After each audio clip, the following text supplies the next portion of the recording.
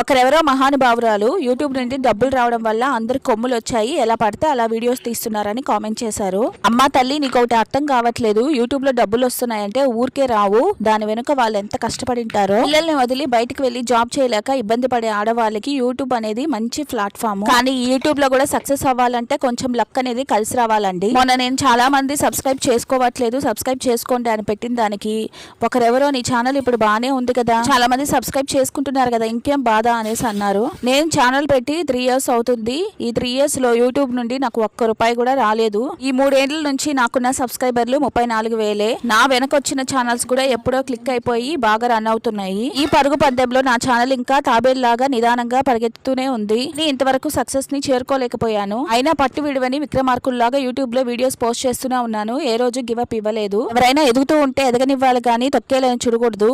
మీరేమంటారు? ఈ వీడియో నచ్చితే లైక్ చేయండి. Tata bye.